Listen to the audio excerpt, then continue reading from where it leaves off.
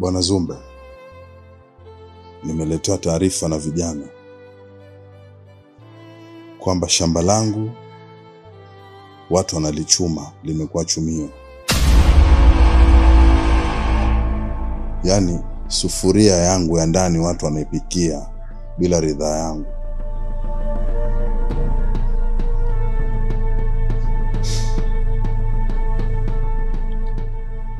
Ewa, najua hilo swala ni ngumu sana.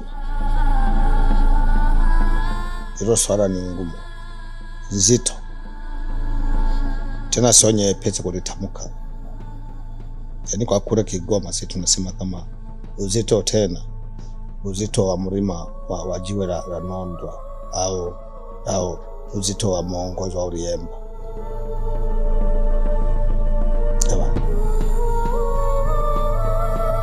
wewe una ushahidi gani wa hili swala unaloniambia sasa hivi kwamba mke wako kweli ninavyomjua shemeji yangu yule? Una ushahidi gani? Hizo taarifa nimeletewa na vijana wangu.